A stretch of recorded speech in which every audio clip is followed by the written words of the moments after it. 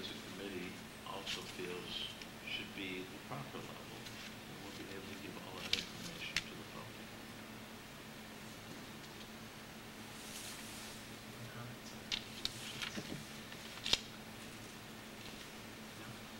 So at our next meeting, the 26th, you'll have the baseline budget for us. We'll move from there. And I urge anybody and everybody to attend that meeting. We'll be back at the middle school at our next meeting, regular time, 7:30. And to remember, it's just baseline. Baseline, right. Baseline. Cost of what we have now, and then we'll start looking at the pieces that are missing and what it will cost to put them in. Right. And then at some point in time, we'll have to put together an available revenues budget will be a reduction from the Right. baseline, because we won't be able to. No, and Stay- I'd be happy to do that as soon as they can guarantee what the available revenues will be. Right. No guarantees. Just a quick comment. I wanted to commend Deanna Castro and a bunch of other concerned citizens. I attended a meeting last week where a group of citizens led by Deanna and a few others are looking to put together a local chapter of the Stand for Children organization. It was a very good turnout. I think there were more than 20 people there. Ms. Davis attended and Mr. Mosseri from the Board of Selectmen. It's great to see a group of residents getting together and having the right attitude, which isn't, we didn't have 21 people there complaining and moaning about the conditions and saying, we need an override every year. The message coming out of that meeting was we need to figure out how to work with the state and federal government to fix our problem. We can't do it locally. And I encourage everybody who is interested to get involved with that organization because I think it's going in the right direction and I think it's what we need to do to get the proper funding for our school system. I actually went to that meeting just as it was folding up. Get out of work late, but I asked Deanna Castro if she knew what whether there would be a conflict of interest of school committee members to sign on, and she's getting back to me that there is no. Right, there's no conflict, right, so we can be members. Right. Okay, next we have a report on the municipal benchmarking report that was done. As many of you know, the first time around there were some issues, and this time we're repeating the meeting on December 3rd, and that'll be at the large group room at the middle school again at 7 o'clock. Dr. Joe? Yes, I'm glad you gave that announcement. But at the finance planning team that involves the chairs and vice chairs of the school committee, board of selectmen, finance committee, myself, Carl Nelson, town administrator Greg Balakonis, and town's finance director discussed this at our last meeting. And the feeling was that we should go forward and try to repeat the presentation. Hopefully, I know that that Ken Strachan from Municipal Benchmarking will be meeting with the town administrator and the town department heads to address any questions that surfaced at the last presentation, where those questions raised doubt about the validity of some of the data. And again, I'm very comfortable having met with Ken Strachan that the information that is presented in a comparative way to the 20 peer communities is very accurate in terms of obtaining that information and summarizing that information. And I know that there was a question raised somewhat in a critical way as evidence of the fallacy of the municipal benchmarking report over the lack of reporting of the insurance benefits for retired school department employees. And I just want to say that's not an error, and it should in no way be used to judge the overall validity and reliability of the this very detailed report. The fact of the matter is, and I've included this information in the school committee handout, that each year, at the end of the fiscal year, the school department, all school departments are required to submit to not only the Department of Education, but the Department of Revenue, the line-by-line funding. And you can see just one of the pages, the summary page, in your handout. And this happens to be Schedule 1 for last fiscal year. If you were looking at Schedule 1 for prior fiscal year, you would see that there is a zero for health insurance costs for school department employees. Why is that so? It's because each year we wait, that is the school department waits, the business manager waits, until the town sends over the costs associated with the school department. And therefore, we are not privy to that information. The information comes to the school department, we report it as is.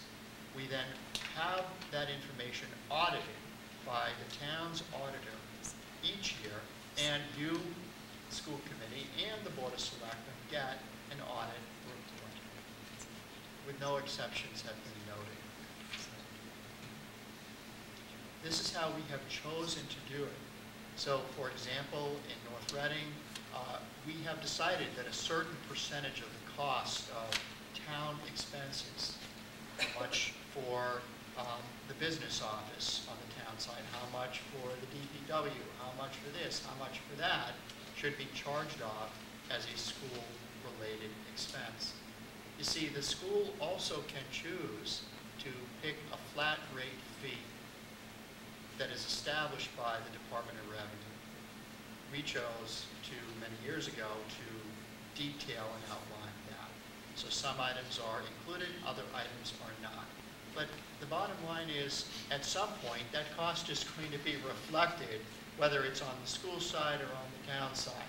These benefits are still being charged. So this is not an attempt to hide anything or put it away.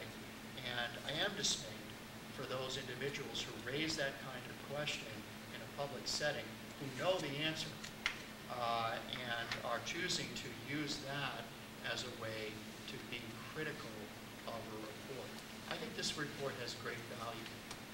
I think it is helpful, just in this case about the insurance benefits, has raised the question, should we be doing it another way? And you can see now, starting in for fiscal 08, that in fact, it will be reported. And therefore, you can see, if you look at line 2020, you can see a cost of $707,000, $772 for health insurance costs for school department retired employees. Will be reflected as a cost reported to the Department of Ed and to the Department of Revenue. But it's not a mistake. I was going to say, just so we're clear here, the municipal benchmarking report showed zero in that category for the last 5 years under school expenses. The reason it showed zero is that's what the town reported to us, zero. So the expenses were being paid, but they were being absorbed on the town side. And this year, Dr. Troughton and Mr. Nelson have met with the auditor, and just to make sure that all costs are being assessed to the school department that should be assessed to the school department. Because our goal is to have a transparency here that, you know, everything that's being spent that affects the schools, we want to be reflected on the school side of the budget. So that's what Mr. Nelson did in working with Mr. Tassoni in terms of coming up with that $700,000 plus number for retired school employee insurance costs. So that'll be reflected going forward. But it was not a mistake in the municipal benchmarking report. And I also think you need to be careful with this because, as you know, the fixed costs on both the school and town side are taken right out before any money is left over to be allocated toward either the town side or the school side. And so it isn't going to change. It isn't going to change that fact, that it costs X amount of dollars to provide these benefits, unless, of course, there's a movement to restructure how insurances are funded. But when you look at the municipal benchmarking report and you take a look at the average, for example, the third graph, the graph that happens to be on page 184, shows the average percent of healthcare costs paid for by the employer. This is for the entire town now, and you can see that we're very favorable as a town compared to a number of other communities. So again, I think a lot of discussion, and it's unfortunate that it is taken away. It's taken away from the discussion on this report, which provides very valuable information that I know the school department and the school committee are taking a very serious look. And I know that Mr. Messeri, the Board of Selectmen, is committed to making sure that the town departments have an opportunity to meet with Ken Strachan from Municipal Benchmark, keeping in mind that this report was first released back in May and June. And so there's been ample time to have those meetings and to go through this with a fine-tooth comb. Questions? I think so. These expenses for this insurance, are we saying that the town didn't adequately reflect what it was spending on school expenses? No. They were reporting them in the wrong place? Yes, they weren't assessing them to us.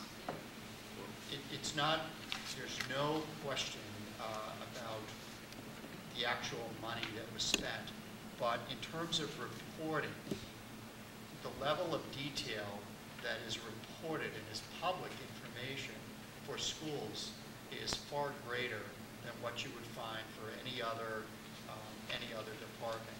So that this report, the Schedule 1, reflects school spending, and embedded in that would be lines that are specific lines that are costs associated with running of the schools, but that they're costs that are picked up by the town. So, for example, a certain percentage of the salaries of certain town employees. Understood. And there's a list each year Right. that comes out. What was not included for at least 5 or maybe longer number of years, the health costs, the line 2020, insurance for retired school employees. That number did not reflect at zero. Now, in a calculation of what was being spent per student, That was not included, and it will be now. That would not have been included. is it possible to get those values for those years so we can We assess could go back. how much different it We would have made could go the back. per student cost? Yes. We know when, Because this is one of the questions that people have been raising Right. repeatedly, whether we were, as a community, I don't think they were questioning the school, I think whether we as a community were adequately reflecting the costs for education. And apparently the town was leaving this number out in its annual report. But if the town was leaving it out, then we really should try to assess what its impact would be on the per student percent. I know that for this year, it would be Yeah. approximately $250 for fiscal 2007. And also Carl, I had a long conversation with Carl, and he is pretty confident that we are